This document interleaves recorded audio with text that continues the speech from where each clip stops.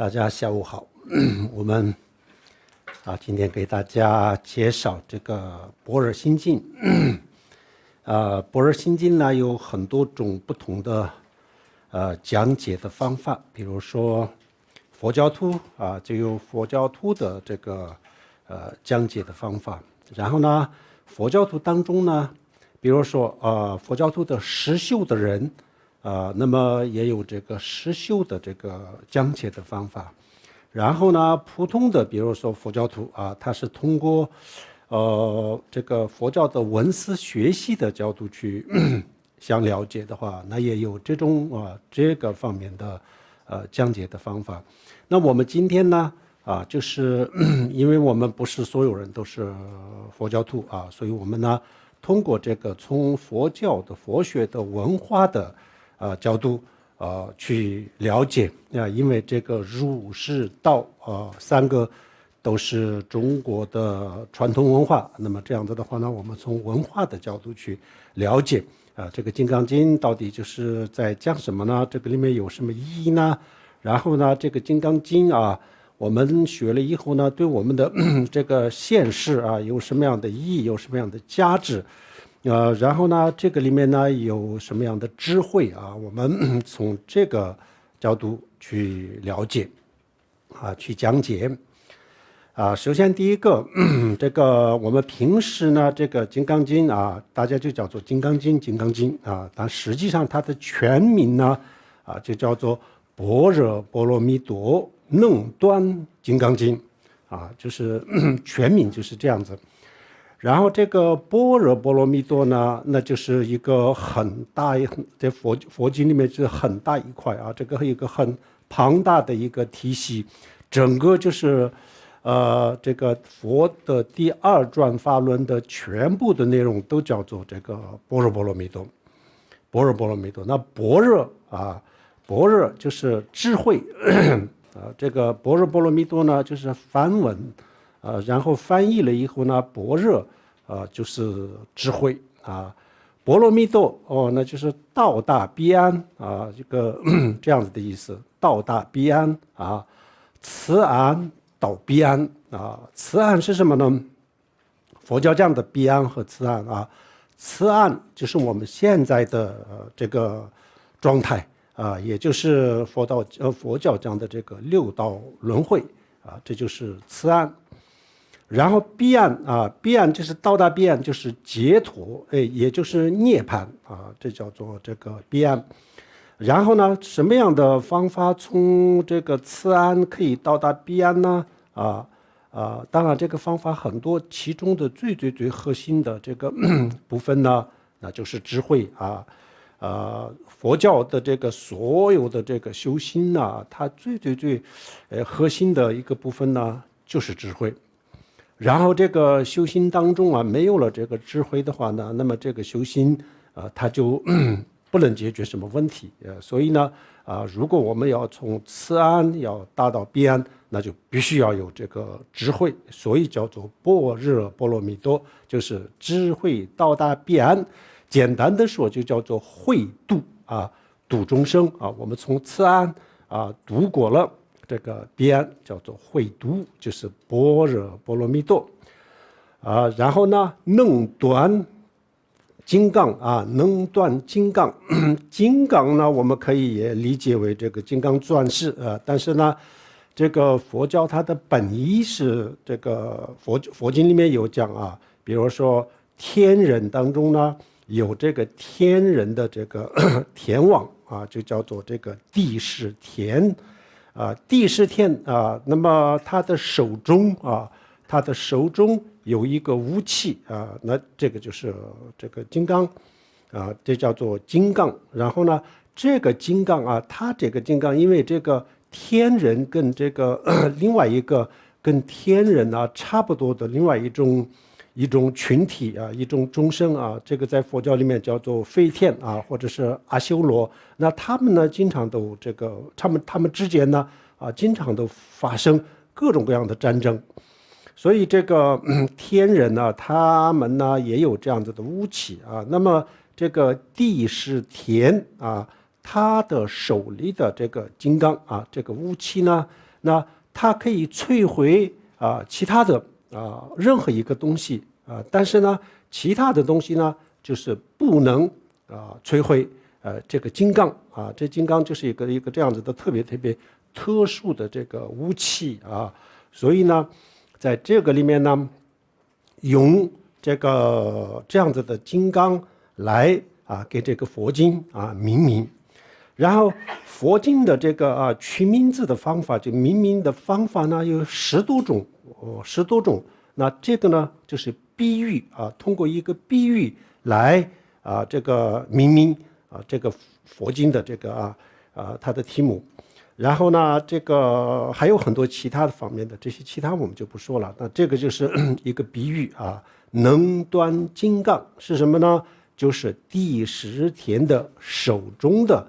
这个武器，就是这个金刚，它就是能断所以呢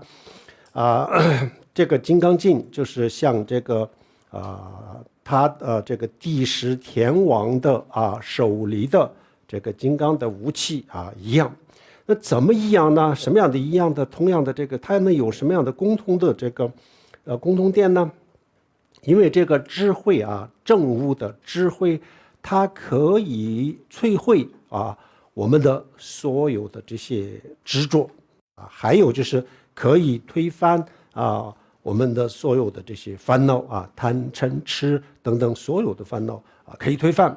但是呢，这些烦恼这些执着不能推翻不能摧毁这个智慧。为什么智慧就是因为它是这个背后呢有这个真理的支持也就是说智慧呢它是证悟了这个一切万事万物的真相。然后呢，我们的烦恼我们的我执呢它本来就是不符合这个事实的所以不符合事实的这个错误的这个观点和事实符合事实的这个正确的观点两个然后就是产生矛盾的时候呢，自然就会这个符合真理的智慧自然就是获胜所以呢就是这个金刚这个智慧它可以摧毁所有的烦恼，但是这些烦恼呢不能摧毁这个智慧，所以就是用这样子的方法用这种方法来命名就是这意思。然后呢，下面呢我们还要会提到这个心经般若心经。那心经的这个心这个字是什么意思呢它是精华精华的意思，就是般若波罗蜜多10万颂就是有10多部这个佛经是一个非常庞大的佛经。然后就把这么多的佛经呢它的内容浓缩了以后呢，这个金刚经大概也就是5000多个字然后呢这个5000多个字再浓缩的时候呢就200多个字了。所以呢心经就是所有的这个般若当中的精华它是精华，所以这个心经的心就是精华这个意思心经。那么心经的内容跟这两个我们呢下面呢给大家这个介绍好，这个就是这佛经的题目就是大概就这样子了。那么下面呢我们再来看看这个金刚经它是怎么样讲的谁讲的，在什么地方讲的什么时候讲的这几个是所有佛经的标准的这个佛经佛经都需要这几个。第一个如是我闻已时这个里面呢讲了这个佛经是什么时候这个是什么年代什么时候这个讲的时间然后呢谁讲的，佛讲的还是另外一个菩萨讲的，谁讲的这个第二。第三在什么地方讲的。第四给谁讲的给什么样的人讲的。然后呢第五呢这个是当时有什么样的人就是这个请求佛陀讲这样子的法论然后就佛就就讲这样子的法，大概就是这么15个方面来描述。那这个整个这叫做佛经里面就叫做元气这个金刚经它的元气是什么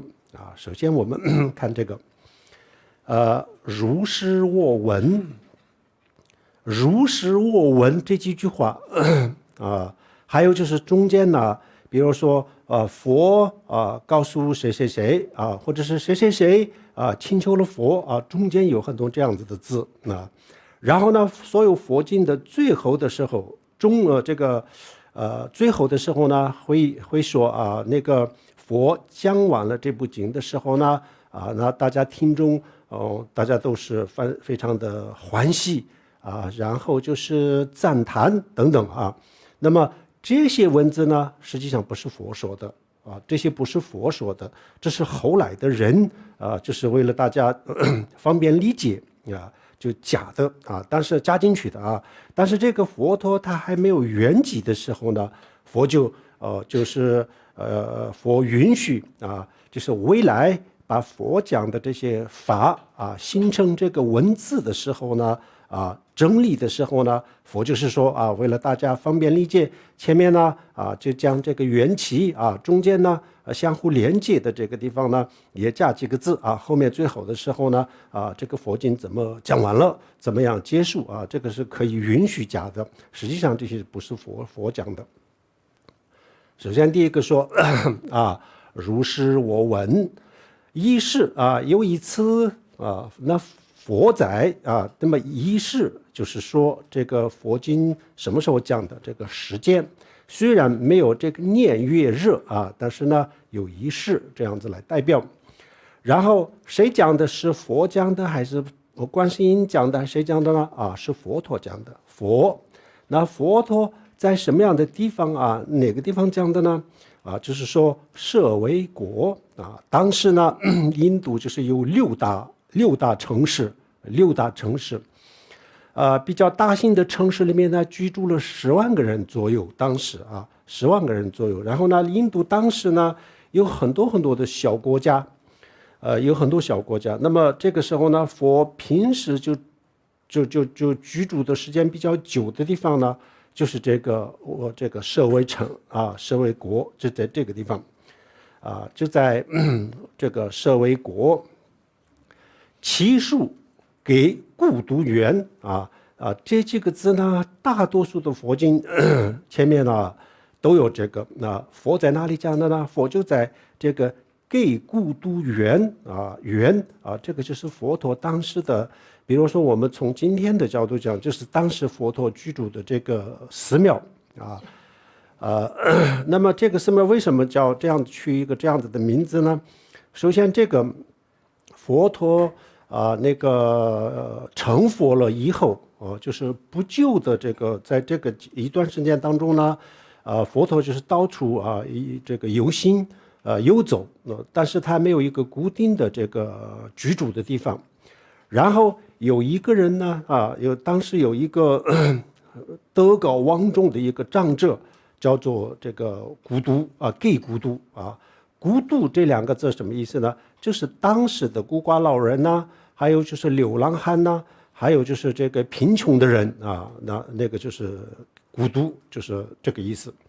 然后这个人呢他特别的有钱他可以通过肉眼可以看到很多的这个矿然后呢他可以采矿然后就是发财特别有钱。但是他的钱呢经常都拿来给这些人布施他特别喜欢做这个慈善公益这样子的工作所以呢当地的人给他取了一个名字叫做给孤独给孤独就是说经常给这个孤寡老人贫穷的人给他们做各种各样的这个吃的呀穿的呀这样子的这个布施。所以呢当地的人就是给他一个名字呢叫做给孤独这个意思，就是一个后来他就变成了这个佛陀的这个施主给佛陀这个修金堂很多时候就是做一些这方面的支持。然后呢这个奇数是什么意思呢那个时候这个首先当时佛陀也就是也不是很出名的那个时候也很多人也不知道。有一次呢，这个给孤独这个人就是看到了这个佛陀啊，然后呢也去听了一下佛陀的这个传法啊，然后从此以后呢，他特别有感觉啊，他就特别的这个喜欢啊，然后呢，从此以后呢，他就发了个信啊，他说我要给佛陀啊建一个这样子的这个精舍或者是这个寺庙，然后我要把佛陀啊邀请到这个地方来常住啊居住啊，给大家传法。他发一个这样子的信，然后呢，他到处去这个找地方宣旨。那宣旨的时候呢，他就看到了有一个地方是特别特别的一个园林啊，这是一个公园，特别的好，里面呢有山有水，非常非常好，这个地理位置是相当好的，他就看中了这个地方。但是他了解了以后呢，这个是这个国王的太子的这个他的个人的这个园林，而且这个太子呢，他特别的喜欢这个地方所以他就得想办法去卖啊。那然后呢，这个给孤独啊，他就给这个国王的儿子啊，给太子这个太子叫做祇陀，所以这个妻子呢，就是这个太子的名字的第一个字，祇陀，佛陀的陀。然后他招了这个人以后呢，他开始的时候他不卖啊，然后这个给孤独，他反复的这个给他提出这个建议卖给他啊，然后呢他说他要给佛陀建一个这样子的道场啊，这样子反复的这个讲，然后呢最后呢他答应了，但是呢他答应的时候呢，这个太子呢还是舍不得他觉得给他开一个天价这样子的话呢，他可能是不会给那么最后呢，他就是说那么我可以卖给你这个地可以卖给你但是呢，你要这个价格呢比较高你要把这个整个的这个园林就是用黄金来这个铺满黄金然后呢，我就可以卖给你。他没有想到这个给孤独就给得起这么高的价然后呢，给孤独他当时非常开心的就答应了。答应了以后呢，他真的就是回去就把这个黄金几个马车的送到这个地方，把这个全部这个园林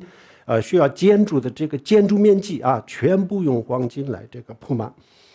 最后就卖给他了。那卖给他的时候呢，这个太子呢他也说你就为什么就是出这么高的价来卖这个？这到底什么佛陀？这个是谁呀？什么人呢？这到底你说说他是谁？然后呢，这个给孤独他就给他这个讲了这个佛陀的这些故事他就是一个这么非常非常了不起的一个这样子的人。这样子以后呢这个祇陀太子他也就心里就是产生了对佛陀就产生了这个信心然后呢就给他说给孤独说那这样子的话呢我也可以出一点那么第一个呢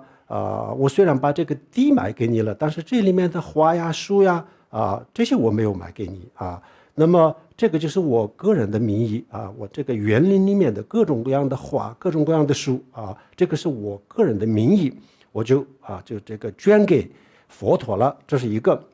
另外一个地方呢，另外一个呢就是有一块地有一块刚才它铺满了黄金那有一块地呢是我个人的名义这个供养给这个佛陀捐给佛陀这一块地呢我是免费的你也不需要这个铺满这个黄金。这样以后呢，他们两个商量最后呢就建成了这个园林。那后来呢，佛陀就看他们两个人，就是一个人呢就是卖了这个地建了，那另外一个人呢也就这个花呀草还有就有一块地呢他也是捐的。这样子以后呢，佛陀就是考虑这两个人的这个考虑他们两个的这个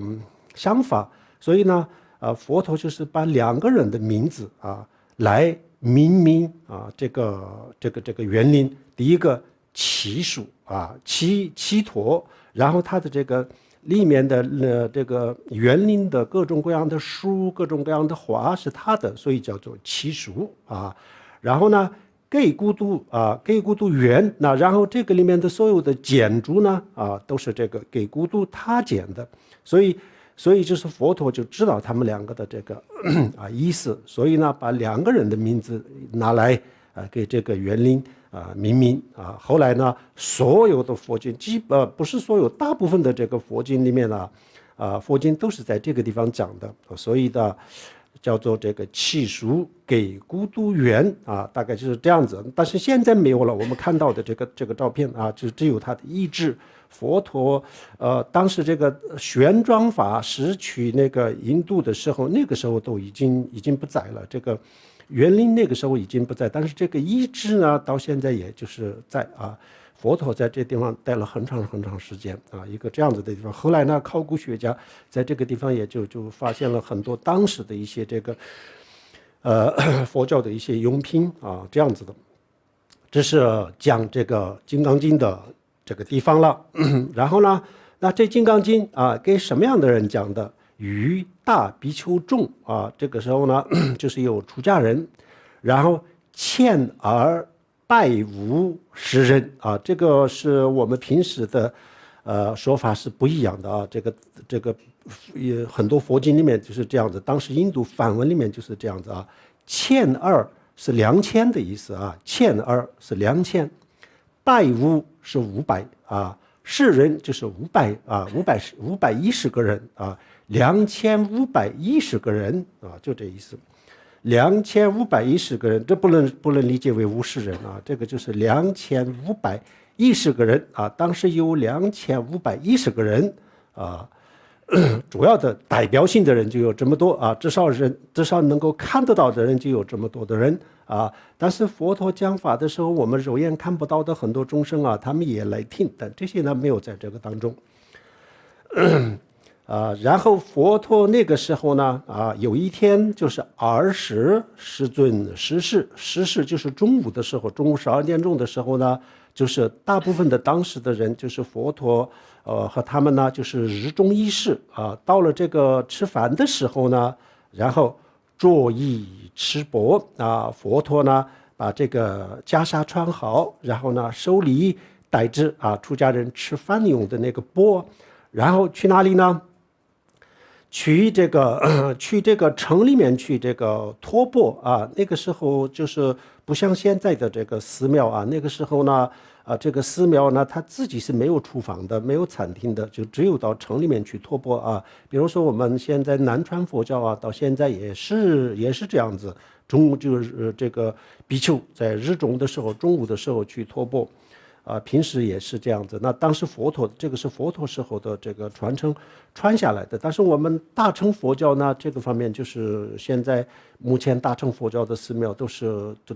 基本上都是没有这样子，很难。像新加坡这些地方呢偶尔就有一点点，但是呢就做的不是很好。但小乘佛教这个做的比较好，到现在也是这样子。到这个吃钵入舍这个是为大乘这个去这个起事到了去这个去托钵，然后呢与其称重这个次第的起就是比如说如果是一家人就把佛陀的这个钵佛陀要吃的东西用一家人供满了那就一家人就可以了。如果是一家人还没有那么多的话呢，那3家人4家人5家人一个呢佛陀就是为了让他们这个种福报另外一个呢佛陀的这个吃的粮就是要足够的小乘佛教呢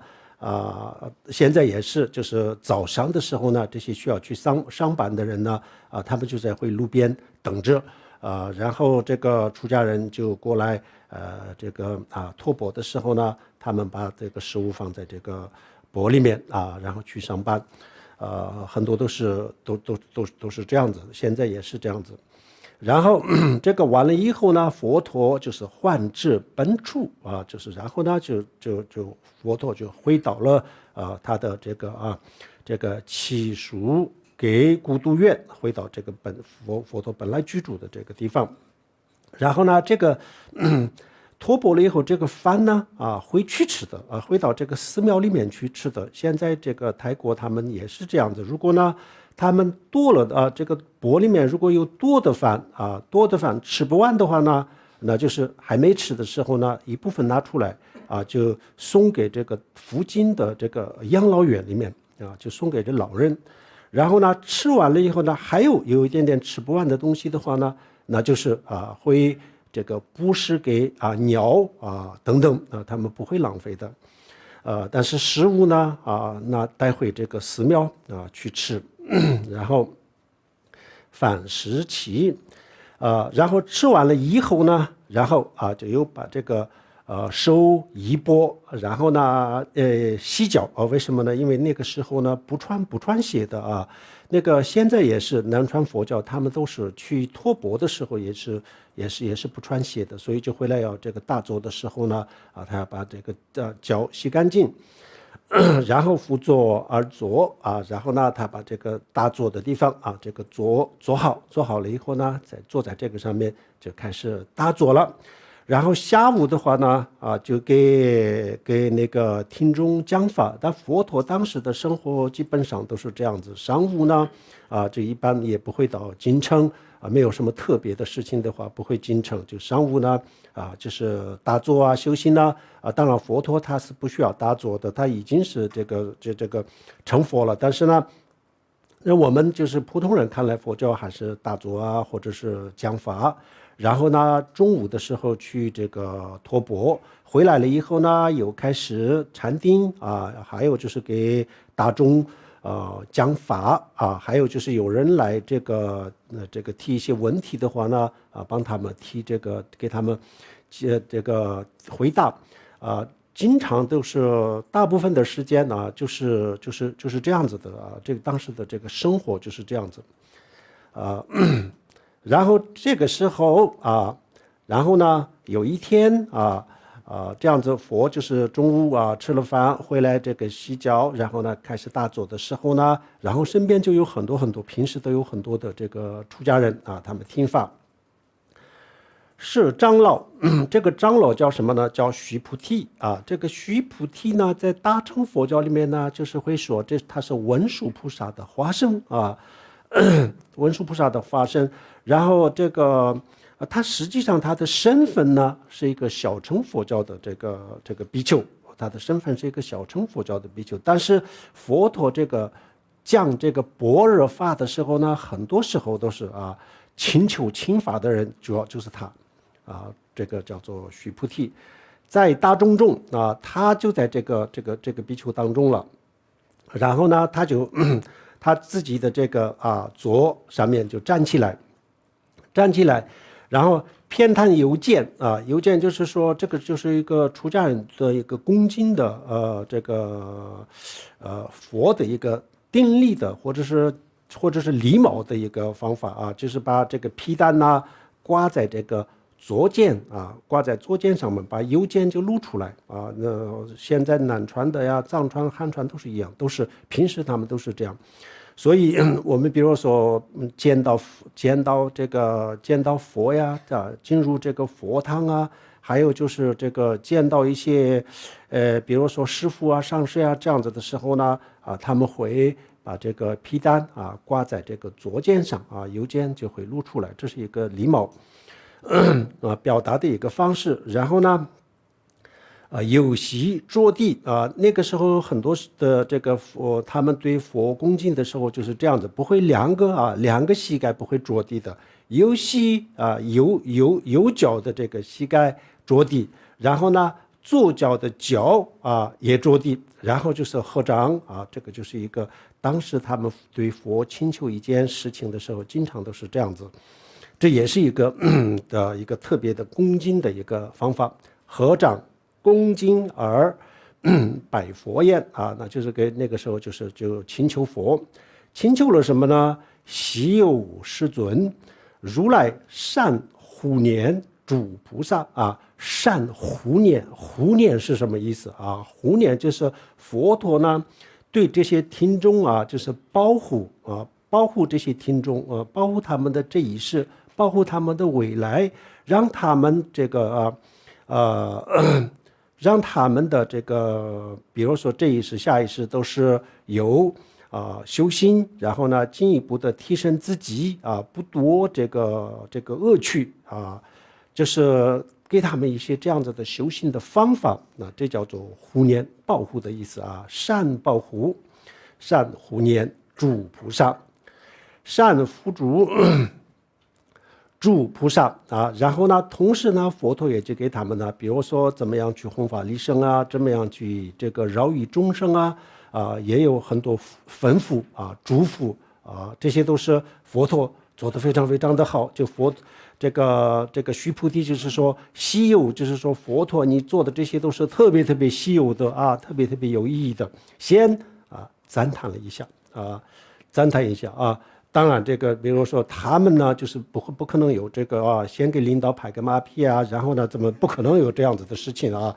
看起来就是有一点，但是不是这样子的意思，人家都是阿罗汉，没有这样子的意思。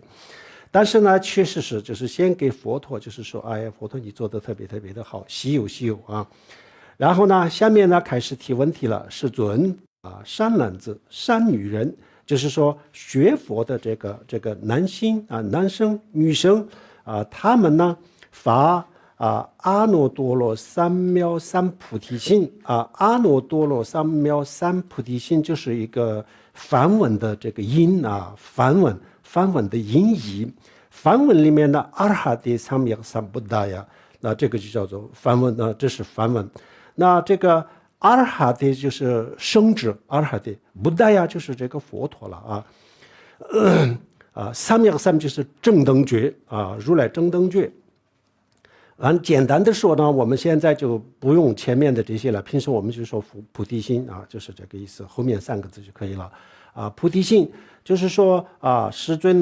就是学佛的这些学大乘佛教的这些这个善男子善女子他们呢发了菩提心以后因缘何住他们平时应该怎么去生活怎么去修行，然后呢云何降伏其心他们应该怎么样去调整自己的这个心态日常当中怎么样去调伏自己的心态，也就是说怎么样去解决自己的这些贪嗔痴这些烦恼那么首先呢这个就给佛陀这个赞叹完了以后呢，紧接着呢须菩提就是问了一个这样子的问题这个就叫做元气这些都叫做元气。这个是这个金刚经是怎么样来的一个什么样的情况下讲的给谁讲的那这些呢都叫做这个元气然后接下来就讲这个金刚经它的它的真文，就是它的主要的这个主体主体的内容主体的内容呢，佛告须菩提佛告须菩提，佛就告诉这个须菩提诸菩萨摩诃萨，菩萨就是在这个地方菩萨呢就是从一地菩萨到这个八地七地菩萨菩萨有10地，从1、2、3、4、5、6、7、8、9、10个层次什么层次呢？就是境界修心的境界有10个层次，1到7叫做这个普通的这个菩萨，然后呢8到10、8、9、10叫做摩诃萨，摩诃就是大大的意思，菩萨和大菩萨菩萨和大菩萨一般就是1地到7地的呢一般不叫大菩萨，叫做菩萨，然后呢8地以上的呢叫做摩诃萨，摩诃就是大菩萨菩萨和大菩萨应如实降伏其心应该这样子调整自己的心态那是什么样子呢？下面呢就是佛说所有这个就是我们前面一个题目加了一个题目，就是大乘佛教的初衷这个下面呢就是下面他佛陀讲的第一句话给他回答的就是先讲这个大乘佛教的初衷这个特别重要。你比如说学大乘佛教，你是什么原因什么目的那你这个学大乘佛教的这个目的是什么动机是什么？那这个相当的重要了所以呢先说大乘佛教的这个初衷。那初衷是什么呢？初衷就是说所有一切众生之类什么样的这个类型呢？众生就可以分这么几个类型啊。若卵生啊，卵生就是这个蛋里面生出来的，像鸟类啊，先是蛋，然后呢这蛋类出这个生命。那么这个很多这一类的众生。主要我们看得到的主要就是鸟类，那还有很多这样子的，佛经里面讲很多其他的众生，那么他们这一类的众生呢都叫做卵生。若胎生胎生呢就是我们人还有就是很多的动物就是胎生。然后若湿生湿生是什么？湿生就是除了这个卵生和胎生以外，就是比如说很多的这个昆虫很多的昆虫它也没有这个卵生，它也没有胎生，但是呢它就是因为这个温度和主要是湿度潮湿的地方呢就长很多的这个生小虫子这类的叫做这个湿生，佛教里面叫做湿生。若花生这花生呢一般情况下是没有的，比如说它没有父母，然后呢没有其他原因，就像像西方极乐世界一样，就比如说从莲花上面呢就出现这种花生。还有就是比如说佛经讲的地狱还有个别的恶鬼的众生那他们呢没有父母的，他们就是这样的诞生，叫做花生。这个我们看不见的，但是佛教里面有讲。那么前面的这三个呢是我们看得见的，但是这个世生在生物学里面呢可能有不同的解释。但是呢佛教呢就是觉得这个世生呢它跟这个父母的精卵这些是没有什么关系，它只要有这个足够的潮湿它的这个身体就诞生了。那这样叫做这个这是从身体的角度还有就是若有色若无色，就是说有色是我们的这个比如说人动物这些我们的这个身体的这个构成我们身体的这个物质呢，它是一个特别粗糙的这个物质，这个是任何一个人的肉眼都可以看得见的。所以呢叫做色就是色就是物质然后呢若无色，无色就是佛教里面讲这个无色界他们虽然也有一个身体，但是呢他的身体呢就像我们今天科学家讲的这个暗物质一样的东西，就是我们是一种物质，但是呢这个物质是我们的肉眼是看不见的比如说那个人站在我们的前面，我们都是看不到的一个这样子的，但是他也是一个生命，他也是有身体，他的身体也是也是有一种物质构成的这叫做这个无色。这是身体方面然后从精神方面，若有相若无相。有相就是说像我们这样子的人，就是有各种各样的这个情绪各种各样的观念都是特别的这个明显的，叫做这个有相。若无相，无相呢就是心非常非常平静的就是因为他过去就是前一世上一世修过禅定然后呢后来呢就虽然是修了禅定，但也没有这个获得证悟。那这种人的话呢就在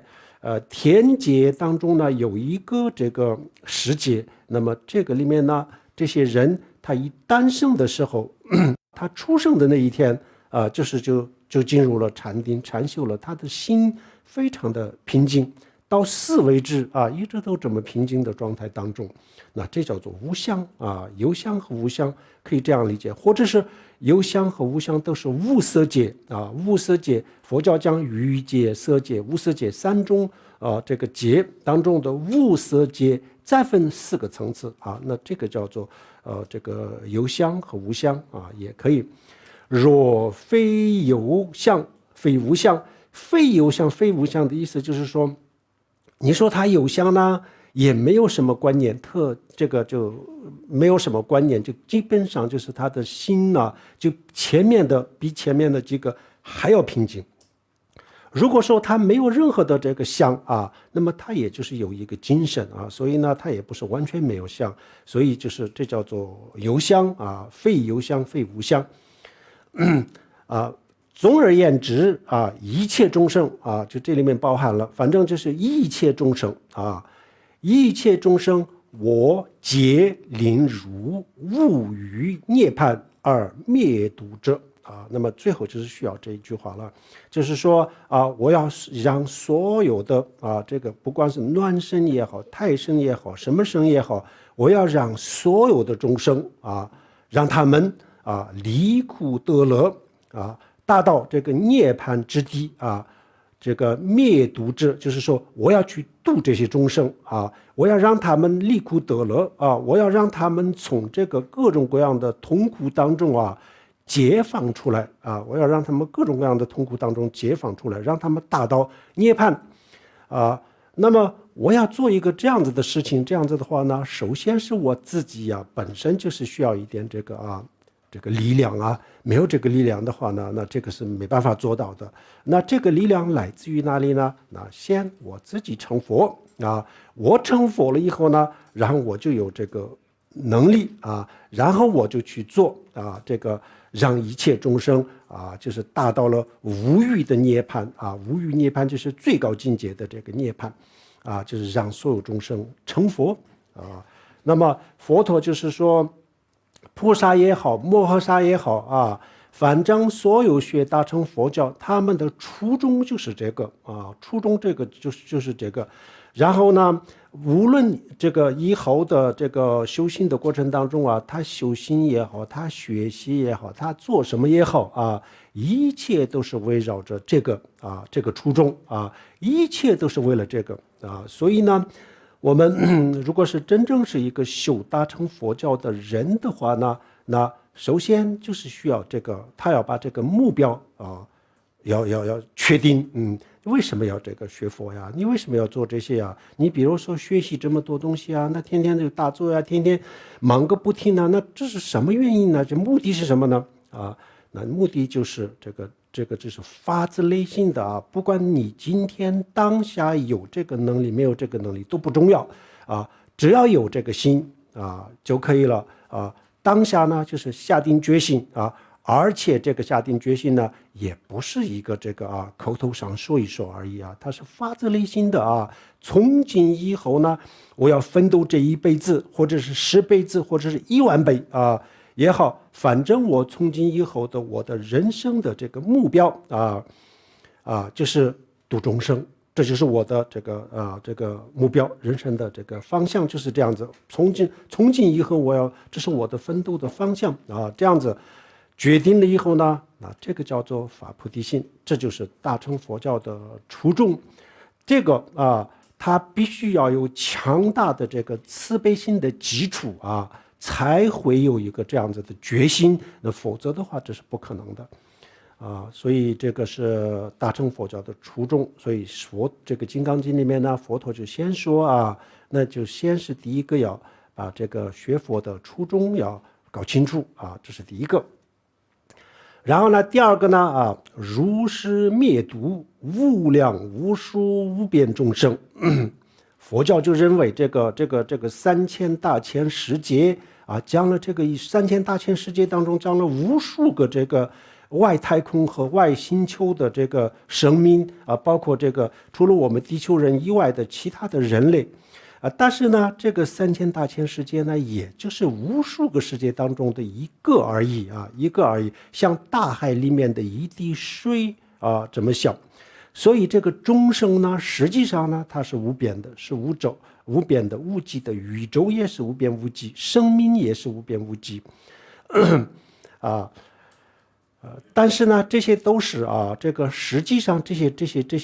些众生啊，这是一种从我们自己的这个错觉的角度讲啊，那我们比如说你我他众生什么都有啊，但是呢，从另外一个维度来讲的话呢，确实这些都是不存在的。所以呢，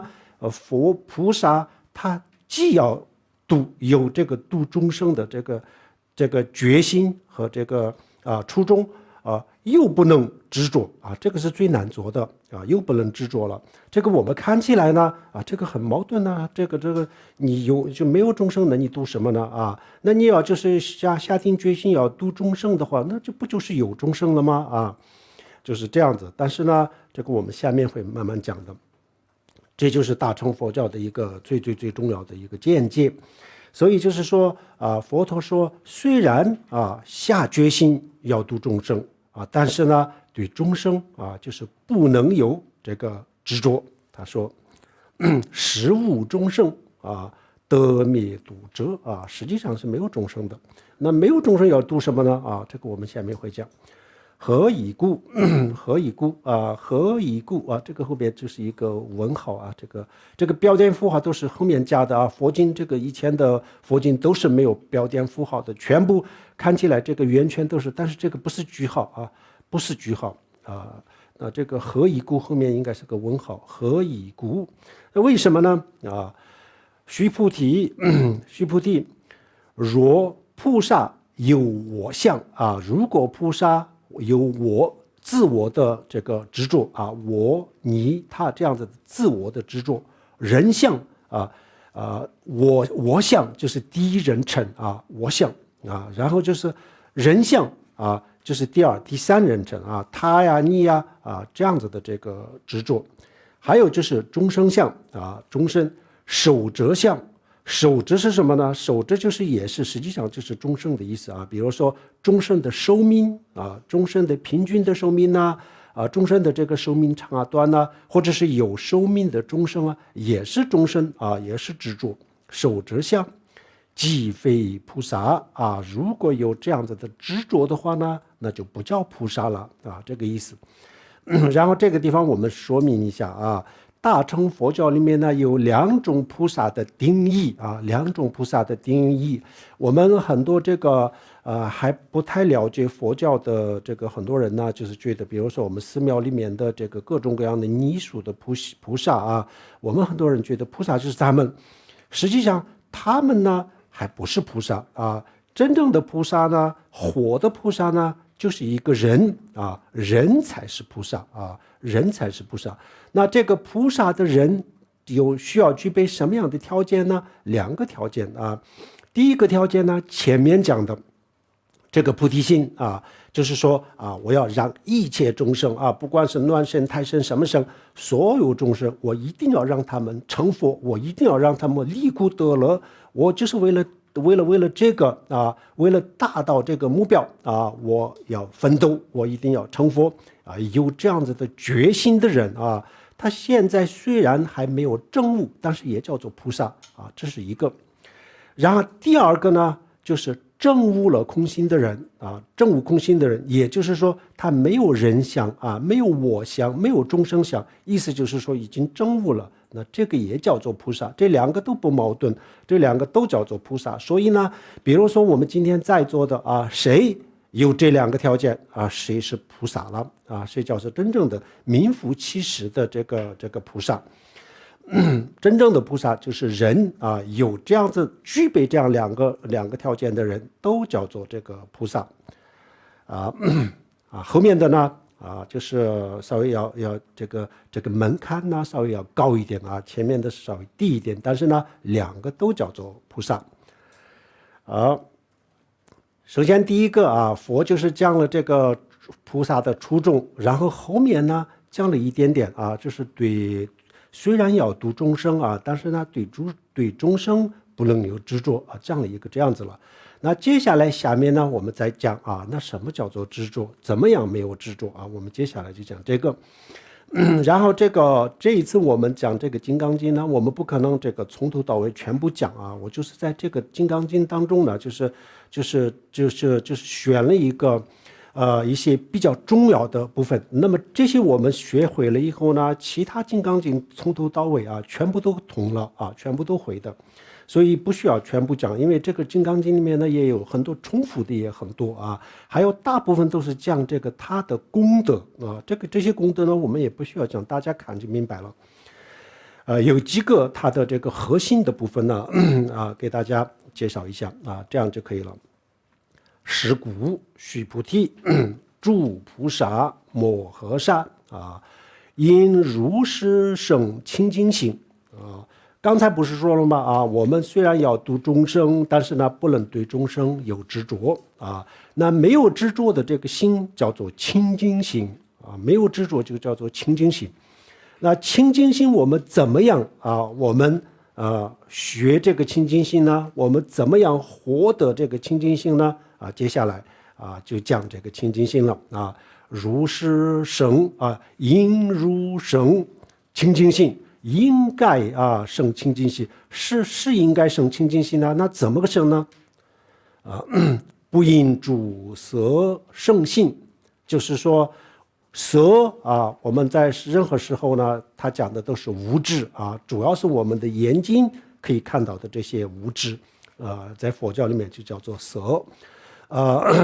比如说我们当看到了某一个物质的时候呢，比如说我们没有开悟的人是什么样子啊？我们的眼睛啊，看到某一个这个物质的时候啊，然后呢，立即呢，我们的意识呢，就开始去分析这个东西啊，看到的这个东西呢，好啊或者不好啊，好看或者不好看，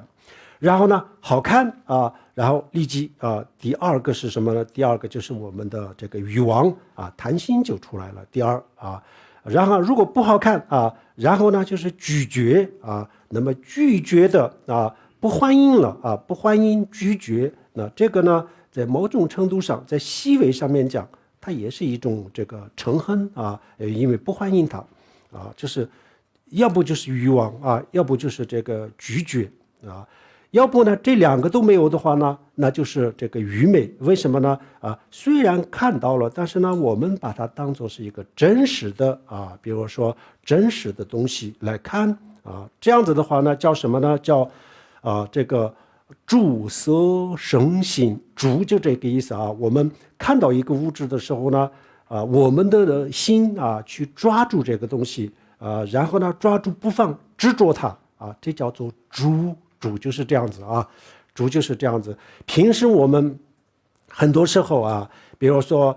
某些事情，就是让我们特别这个难受啊，这样子的时候呢，我们就是好像很多人就感觉啊，这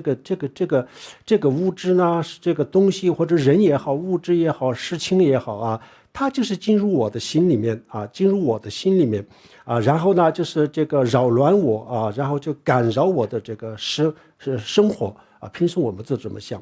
但是实际上呢，这个不管是人啊、物质呀、这个事情呢，没有一个东西是进入我们的这个眼耳鼻舌身或者是我们的意识当中啊，全部都是我们的意识去抓住它不放啊，抓住它不放，这叫做执着。然后呢，我们看到某一个这个比如说看到一个好看一点的东西的时候呢，第一个眼睛看到了，第二个瞬间的时候，我们的心啊就产生了这个欲望，那么这个时候呢，就是这个产生了执着啊，那么这叫做逐啊。如果证悟的时候呢，它没有这样子的执着，所以叫做不逐啊，就是这意思。但是现在我们这个上面呢不需要讲太多啊，下面我们就这个从另外一个角度去讲比较好理解。然后不因诸生相为诸法，这法其他我们都知道啊，法是什么呢？法是万事万物啊，就是我们的意识当中啊，我们的第六意识它能够想象出来的任何一个东西就叫做法啊。这个佛经里面讲的法，很多时候这个光义和狭义光义的时候呢，这法是什么呢？万事万物叫做法啊。狭义的时候呢，法就是佛法啊，就是这样子。所以这个地方呢，法就是我们的意识的这个境界生性就是执着这些东西啊。眼睛看到了，我们也执着。比如说我们听到了某一个这个好听的声音音乐声立即就意识去执着如果就是一种杂音这样子的话呢，那立即就心里面就开始烦，拒绝，不欢迎那么这个就是这叫做一种这个愤怒虽然还没有那么生气，但是呢，就是还没有这就是一个苗头然后呢，想也是，为啊、处啊都是这样子。因无所住而生其心啊，这个就是六祖慧能大师啊，就听了这句话就开悟了。就是后面就讲这么几句话，因无所住而生其心啊，就这么几句话。当时这个弘忍啊，五祖弘忍大师就讲《金刚经》讲到这里的时候呢，听这几个字啊，然后这个六祖慧能呢，就是恍然大悟了啊，他就恍然大悟了。那这个是到底他讲什么了啊？实际上这几句话呢，这个佛经里面到处都有这样子的话，他也没有什么很特别的地方啊。但是呢，因为慧能大师呢，人家根基特别的成熟，就是这么几句话，他可以这个开悟。他的意思就是说，因无所住啊，就是比如说我们看到的这个物质、光，听到的声音啊，还有我们这个闻到的这个香，那么这些东西呢，实际上我们深入的去思考的时候呢，那这些东西都是一种错觉啊，都是一种错觉，实际上这些都是不存在的。那么这些都不存在的话呢，那无所住啊，我们住什么地方呢？没有所住的地方啊，比如说有物质啊，那我们的心就可以去抓它，不放，抓住不放可以。但是呢，如果没有这个物质的话啊，没有这物质这东西的话呢，那么去抓什么东西呢？啊，这怎么样没有？我们下面会介绍啊，所以就是没有什么可以抓住的东西啊，没有什么可以这个安住的东西，没有安住的地方，或者是说没有什么可以抓住的东西啊。而生其心，就是说生什么其心呢？其心，其是什么呢？指的是什么呢？指的就是上面讲的清净心啊，清净心就是清净心，就是正悟的这个智慧。因为没有这些眼耳鼻舌身看到的这些东西，所以呢就产生了这个清净心，就这意思啊。这个有点不好理解，没关系，我们下面进一步的讲啊。这个我知道这个大家不太好理解，尤其是就直接用《金刚经》来讲，这个是特别难的啊。但是呢，我有一个方法，下面讲没关系的，已经大家一定会知道的，大家一定会能够理解的，这特别的容易啊，说容易特别容易啊，说不容易呢，那当然特别不容易。但是呢，我们理论上这个明白啊，这个是很容易的。这个不容易是什么？不容易是证悟，是特别不容易啊。然后又说发阿耨多罗三藐三菩提心啊，那会前面都是我们大家刚才已经知道了，后面就几个字菩提心。发了菩提心的人啊，不应住色声心啊，就是不应该就是对物质产生执着啊，不应该对声音产生执着。那同样的想为处法不应该产生执着。为什么不应该呢？应生无住心所无住心应该生起无所住的心，无所住就是不执着的心应该产生不执着的心。若心有住，即为非住如果我们的这个心呢，就是抓住了某一个东西执着不放的话呢那这就叫做这个就不是非住，这个有住就是执着了这已经就执着了那么金刚经里面呢，就是讲了这么几句话那下面呢，我们要这个深入的去了解一下，要不然的话，这个就根本就搞不清楚的那么我们通过几个层面来讲因为这个知道了金刚经，整个的金刚经全部知道了全部明白了，就是这些话说来说去都是这些话，没有别的所以我们把这一句话就讲明白了以后呢然后呢，这个《金刚经》就讲明白了。大家在这个理论上，就是把这几句话明白了以后呢，实际上我们把整个《金刚经》就明白了这样子。好，那下面呢，我们再看看这个《道干经》这个我们从这个《道干经》开始讲我们怎么样去理解刚才这个《金刚经》讲的这些内容我们从这个地方去开始了解。有一天呢，佛陀跟这个很多的出家人一起走路的时候呢，佛陀就看到了一个这个道鱼就是一个水稻的这个稻玉然后呢，他把这个水稻佛陀把这拿上来拿在手里面，佛陀就看着这个然后就说。如是说佛就说诸比丘，若见因缘即见法必见法。说这个水稻的这个从这个它的种子发芽，最后的这个结果全部整个的这个过程呢，它就是一个因缘的法，它就是一种缘起的法。然后呢，佛陀呢就把这个水稻放在手里面，就是说，如果有人知道他的这个缘起的话呢，这个人就见到了法这个地方的法呢，就是说的是佛法的这个真正的意义若见于法如果见到了佛法的本心那么他就见到了佛见到了佛就说了这么一句话后来呢，佛陀呢又沉默了也不说了，就往下也不说，就说这么几句话。然后很多人后来就不知道这个佛陀是什么意思那后来呢，舍利子呢就问这个弥勒菩萨今天呢，今佛法王正遍知，告诸比丘今天我们这个走路的时候呢，佛陀呢告诉我们了告诉我们什么呢？佛陀不是说了吗？若见因缘即能见法若见于法即能见佛此中何止是因缘就舍利子就问这个弥勒菩萨，今天这佛说的是什么意思呀？这个佛说的这个里面有一个因缘两个字这因缘到底是什么东西什么意思然后问了以后呢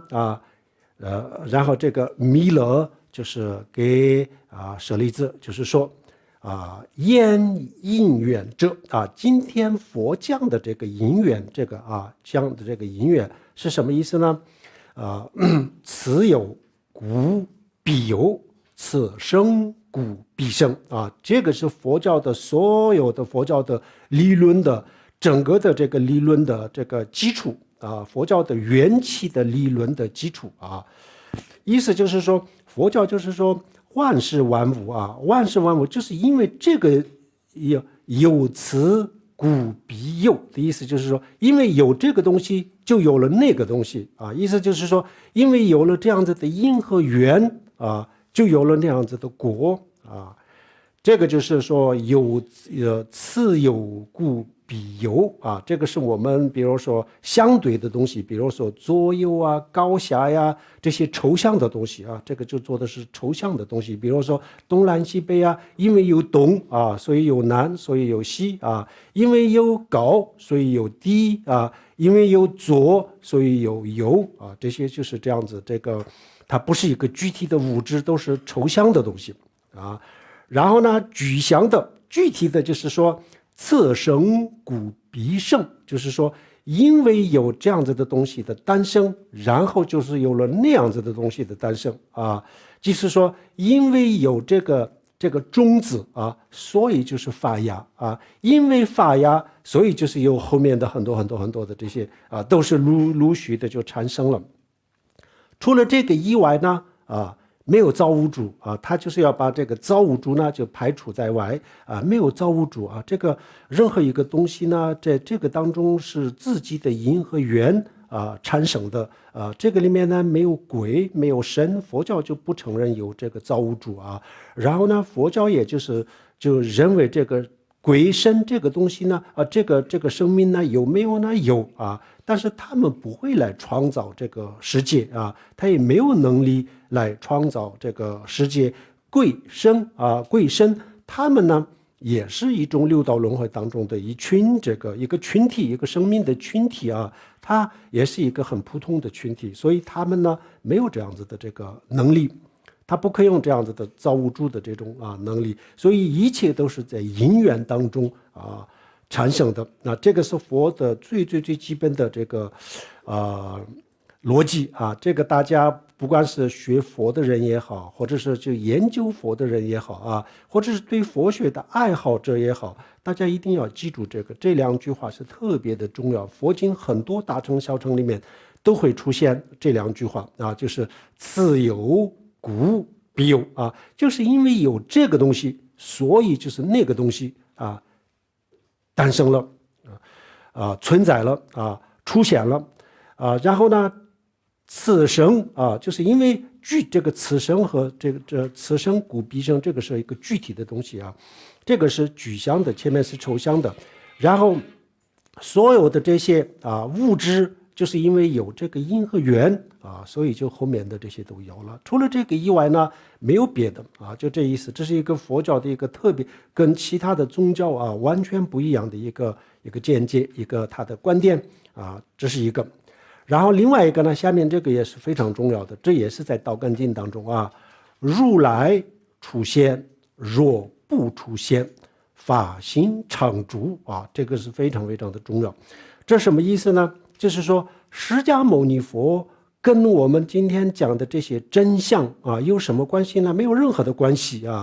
就是说这些真相这些真理是不是佛陀创造的呢？不是佛陀创造的这个真相真理，宇宙万物的这个真理，或者是学佛修心成佛涅槃的真理，凡是这些真理本来就存在的这跟佛没有什么关系。所以说如来出现就是佛陀出来，这个就出现于这个世界或者是不出现于这个世界法心常在，法心是这个自然的规律自然的规律是永远存在的比如说善有善报，恶有恶报这个也是永远都是存在的。然后呢，这些万事万物宇宙大到宇宙，小到就是一个比如说这个刀的种子就产生这个稻芽这些东西呢都是不是佛创造的这个也就是跟其他的宗教是完全不一样的地方。所以呢，佛他不是宇宙万物的这个创造者，而他是发现者他就发现了这个因果规律，但是这个因果规律呢不是佛创造的所以这些他跟佛是没有什么关系如来出现若不出现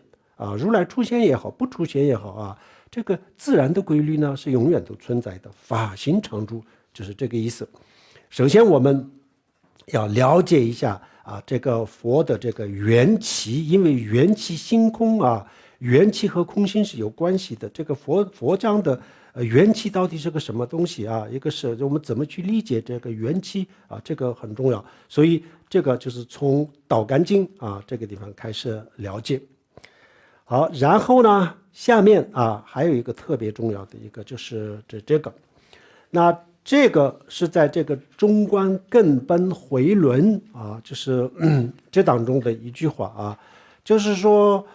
这个里面呢佛讲了这个圣义谛和世俗谛我们比如说我们去解读这个金刚经解读这个心经的时候呢，那我们必须要知道这个二谛如果不懂得这个二谛的话呢，那就是这个整个佛教就是一锅粥根本就分不清楚他在说什么所以有些时候呢他说有有些时候呢又说没有了，有些时候呢又不是有又不是没有这些东西根本就分不清楚的所以呢我们必须要有这个二谛的这个概念然后呢，中观根本回轮是龙树菩萨龙树菩萨写的，那这个是所有的这个中观当中最重要的一部这个轮。那这当中就说，诸佛以二谛为众生说法过去的佛、现在的佛、未来的佛，所有的佛为众生讲法的时候呢，他们就是依靠这个二谛讲的世俗谛和圣义谛二谛讲的。所有佛讲的这个法都不可能离开这二谛这个相当的重要。那么二谛是什么呢？一义世俗谛第一个叫做这个世俗谛，第二个呢，而第一谛啊，也叫做生一谛啊，我们平时用的是生一谛，因为这个叫第一是什么呢？这个世俗谛呢，实际上就是这个虚拟的，然后生一谛呢才是真实的、真实存在的，所以呢就叫做第一啊，第一义就是这意思啊。那这个二谛是什么呢？一个是世俗谛啊，一个是生一谛，就是这两个。若人不能治，分别于二谛啊。如果有人不知道这个什么叫做生一谛、世俗谛这样子的话呢，那结果是什么呢？那不知道又怎么样呢？则于圣佛法不知真实义啊。这样子的话呢，佛教比如说深佛法，就是大乘佛教这样子的非常深奥的佛法啊，他一定不会理解的，没办法理解的啊，他一定会这个读不懂的啊。但是比如说佛法里面呢，也有些是不太深的，比如说像讲这个因果啊，善有善报，恶有恶报呀，然后人的前世呀、后世啊，那这些呢本身就是不是很深的啊。那么这样子的呢，他没有世俗谛、生一谛，那他可能也就读得懂啊。但是像大乘佛教的这个缘起性空啊，像金刚经啊，像心经啊，像般若经啊这样子的深奥的法啊，他一定不会这个读懂的，根本就不可能的。所以这个谁不懂得这个二谛啊，谁就不懂深奥的佛法啊，这样深奥的佛法不知真实义。然后这个二谛当中呢，世俗谛跟生一谛，他们两个又是什么关系呢？那这两个当中呢，哪个是最重要呢？那佛就是说两个都特别重要啊。若不依世俗谛不得第一啊。虽然这个世俗谛呢，是我们的这个眼耳鼻舌身的这个范围当中它是虚拟的它不是真实的。但是如果我们不依赖这个世俗谛的话呢，那不可能证得这个生一谛如果我们不依靠这个世俗谛的话，没有办法懂得这个生一谛简单举个例子，比如说我们讲的这个语言还有我们这个看的书这些都是属于这个世俗谛。那么没有这些东西的话呢，那我们怎么知道这个生一谛是什么呢？语言的传播呀，书的传播，语言的传播讲解这样子以后呢，我们才能够懂得这个什么叫做这个生一谛如果没有这些了以后呢，我们没有办法懂这个，没办法证悟所以呢，这个最终当然是这个生一谛是特别的重要，但是呢，没有世俗谛也不行的所以呢，我们要证悟。我们刚才不是这个《金刚经》不就是讲过吗？我们要生这个清净心那这清净心如果没有世俗谛的话，那是没有办法得到所以呢，世俗谛也是特别重要。不得第一义如果不得这个第一义，就是说如果我们没有证悟生一谛则不得涅槃那么这样子就是不涅槃了，没办法涅槃。所以这个时候呢我们要把这个世俗谛和生一谛是一定要这个分清楚的这个分清楚了以后呢，我们比如说这个读金刚经也好，还有就是读心经也好，还有就是我们去读这个般若经也好然后呢他讲的这个这些内容呢，我们基本上自己就可以分得很清楚了，这个什么意思我非常清楚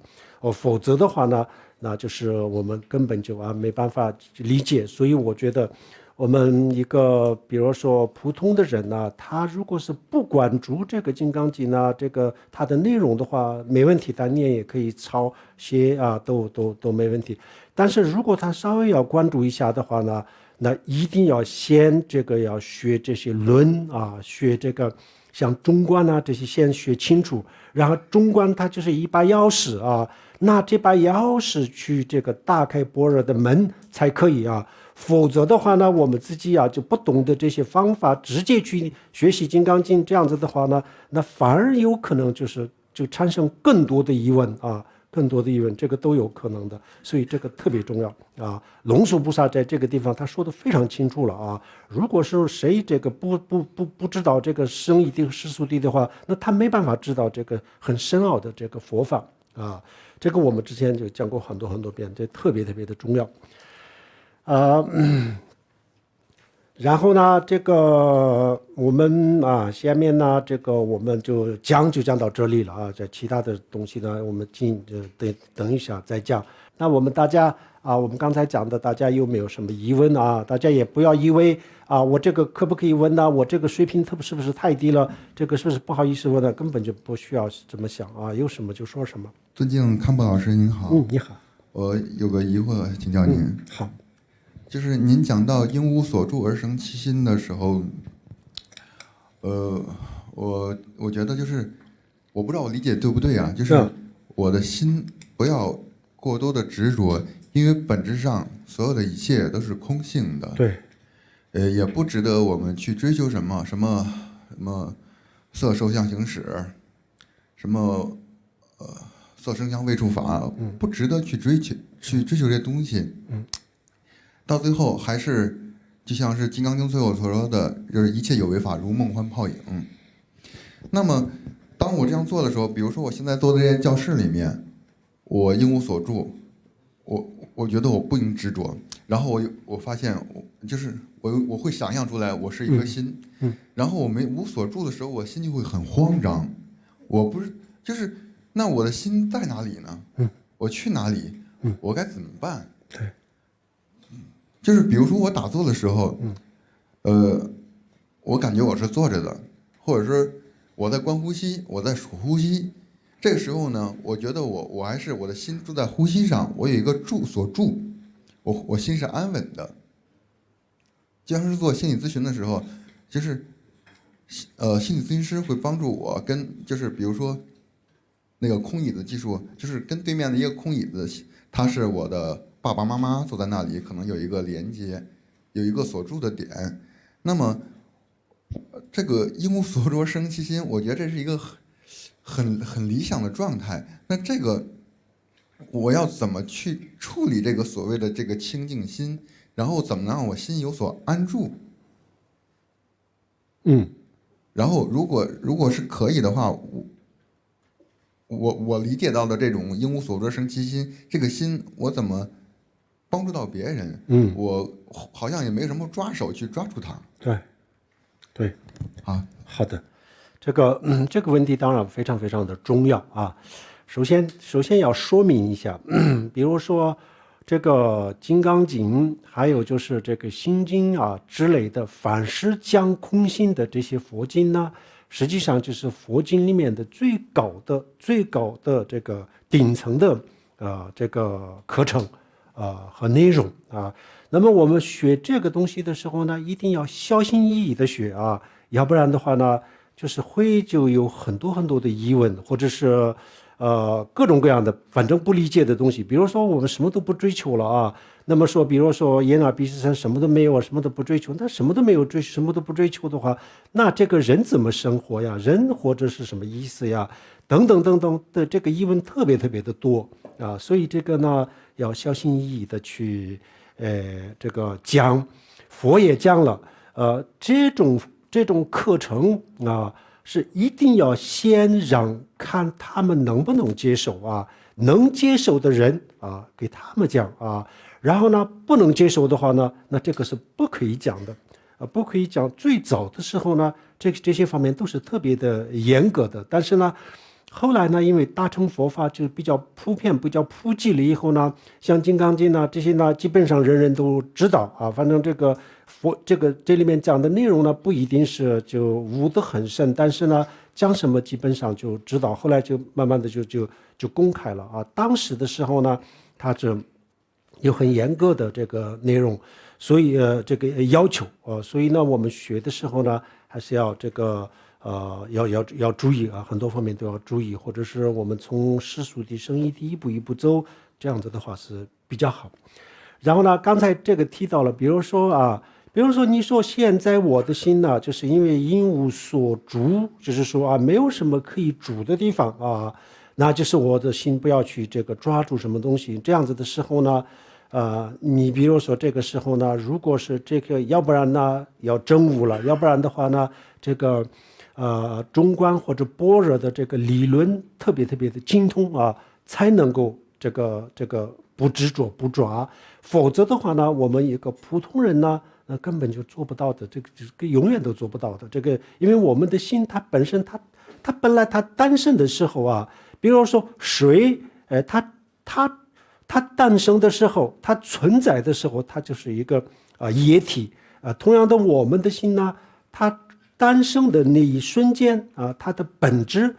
都是去抓某一个东西的一个这样子，它自己的本质是这样子。所以这个是我们如果要求他不要去这个执着谁不要去抓住什么东西，那这样子的话呢，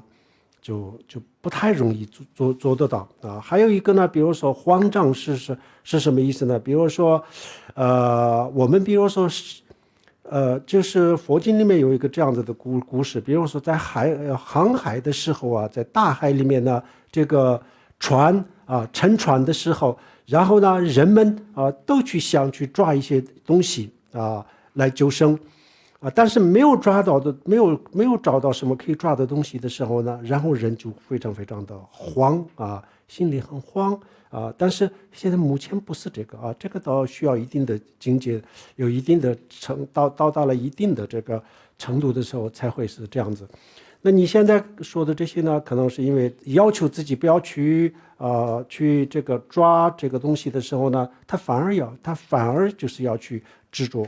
杂念。我们要求他不要有杂念的时候，反而他杂念就会更多，可能是一个这样子的现象可能是这样子的现象。这个也是正常的。但是如果是想进一步的去了解的话呢，进一步了解学习，然后呢大做，那这个时候你的心会慢慢的就平静下来，然后他也有能力去体会这个里面讲的这些东西，然后他逐步体会了以后呢，他静下来了，然后也没有什么东西可以抓住，但是他也不慌张，这个可能就需要一个这样子的过程可能需要这样子的过程要慢慢来。所以呢，我建议我们今天在座的这个所有的这个学金刚经的这个人就是学空心呢就是要有次第，从这个分这个世俗谛开始逐步的去了解要不然的话直接去听这个金刚经这样子的话呢，那我们的很多的这个概念到时候都是乱套的，就不知道佛教在讲什么。有些时候呢，我们就根本就这个听起来很好笑就是这样子的。所以学空心要有一定的根基的人才有资格学所以这个要谨慎一点，建议谨慎一点全好，你说。康博上师你好，刚才讲到这个若心有住，作为非住，就是刚才 PPT 里边的。那么前面呢是一句不应注摄身心，不应住声香味触法身心。对，我对这几句话理解，我讲一下，不知道对不对。就是它是一个住和不住中间不要执，在心学里边呢是区分善和恶，那么非要说哪个东西是善的，那它里边就走到恶里边去了。所以这句话对我本人的一个启发就是，这个去做和不做，其实非要去讲去做的时候，不做就出现了；非要去讲这个东西不做的时候，做就出现了。所以这个就跟我们传统文化里边的阴阳就有点像。用我们的辩证法来看，也有点像。我不知道我这么理解对不对？有点像这个是没有错的，但是呢，不是这个意思他比如说，你比如说做和不做中间找一个适合自己的位置我也就不说做我也不说不做，我就是要找一个中间的路中离这样子的话呢，现实当中，我们比如说处理某一些问题的时候呢，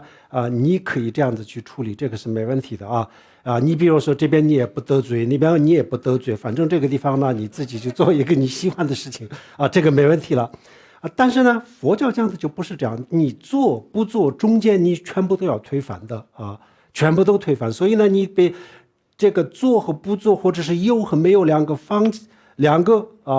都不接受，中间要找一个东西，那也是一样了，中间找到的东西也是执着了啊，所以你找到了一个第三个执着，第三方的执着了，所以这个是还是要从《金刚经》的角度讲，有一点点不对的。堪布吉祥安康，怎么区分经书上的是世俗谛还是圣义谛？经书上的什么？就是他我理解他的意思就是说，怎么区分经书上说的是世俗谛的东西还是圣义谛的东西？对，这个我们等一会儿会讲啊，但是简单的说，这个很清楚的，我们可以这样子讲啊，凡是讲空性的啊，凡是讲这个超越我们的感官的范围啊，凡是讲空性的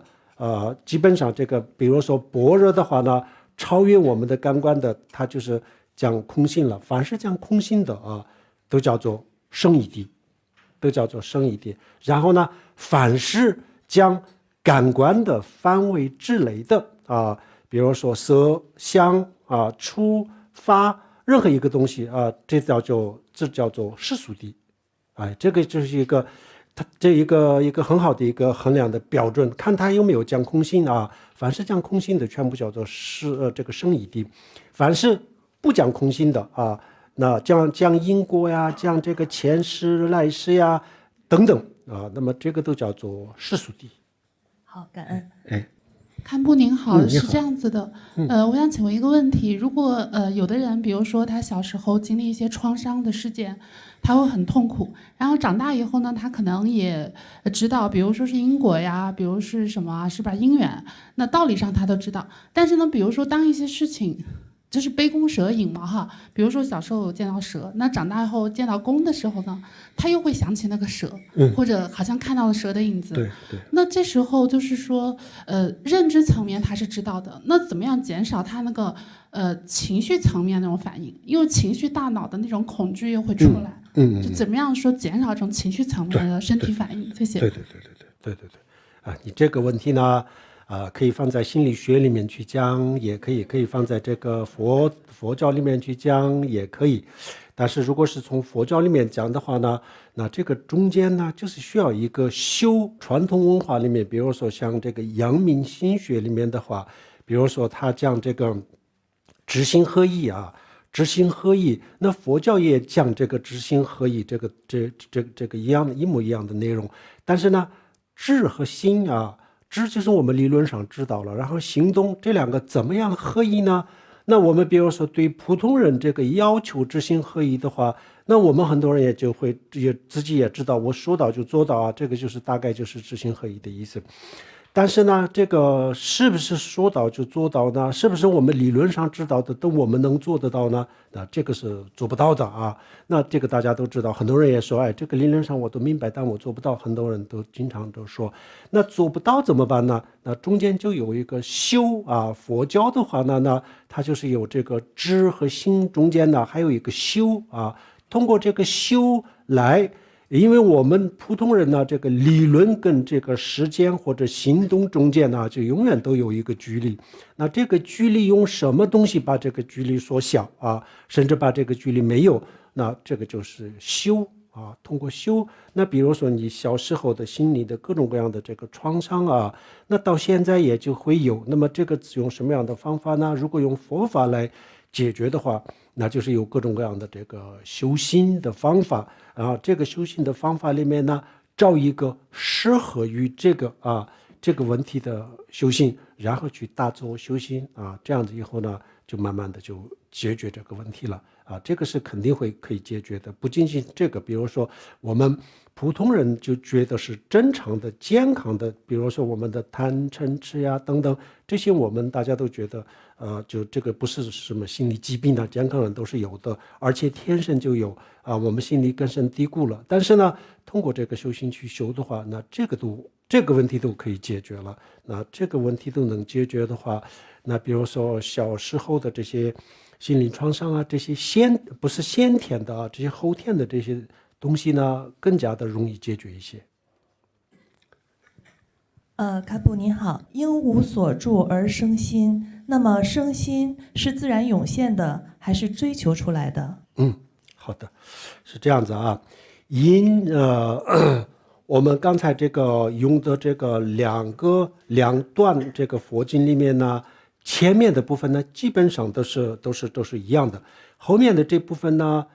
就是实际上内容是一样，但是后面的这一段啊，最后这一段讲的稍微清楚一点。这里面说因无所住啊而生其行，那后面的这里面呢，就是说因生无所住心啊，因生无所住心，就是这两个啊，后面说的就比较清楚一点点。那这个是怎么样的呢？它也不是求来的啊。首先它是怎么来的呢？比如说，首先第一个因无所住，首先你要这个真无，或者是你要无所住啊。比如说我们可以这样子讲我们的心呢，去抓住任何一个东西的时候，它的前提的条件是什么呢？他认为我现在所想的，或者是我所看到的东西是存在的啊。如果有这种观念的话，那后面的很多东西都会出来的。那首先要打破这个打破这个。那怎么个打破法呢？那就是说我所看到的东西虽然我看到了但是这个东西呢是不存在的这样子他就知道这个是不存在了以后呢，然后就是达到了这个无所住它不存在就是无所住了那么他现在知道这个是不存在的话呢，那他就也就是知道了这个无所住。那这个时候呢，他就自然的就生起前面讲的这个二生其心那这个时候就自然就生这个心了就是这样子的。感恩堪布。那我们再来最后一个问题，一直有一个困惑，如果一切都是空性，那社会发展的意义是什么？社会发展的意义，社会发展的意义是这个前面讲的特别重要的一个是世俗谛和圣义谛要分开圣义谛的角度呢，也没有社会，也没有发展所以这个层面呢，也不需要去考虑社会发展。然后呢，世俗谛的这个层面呢，有社会有发展所以呢也有社会发展的意义。所以就是关于为了针对这样子的问题所以就是佛就把这两个分开来讲那分开讲了以后呢，比如说社会社会发展还有个人的工作生活那么这些呢全部都就是在这个世俗的层面去讲世俗层面去讲的话，讲得通都存在都存在，都有发展然后呢发展的结果发展的意义都是有的，所以这些都是没问题了。那什么时候讲这个无我呢这个空心呢？在这个层面是不会讲没有的，它空心是讲另外一个更高的一个层面虽然我们看起来有发展也有发展的这个结果，也有我们这个人，也有人的生命，也有人生的进步等等等等都有，但是呢，如果你深层次的去思考的话那这个时候呢，这些都是原来这一切都是一种错觉像做梦一样不存在的这个层面叫做这个圣义谛的层面所以这个要分开不分开就是有这个问题了。现在就明白了，就真的是一锅粥，根本就分不清楚的对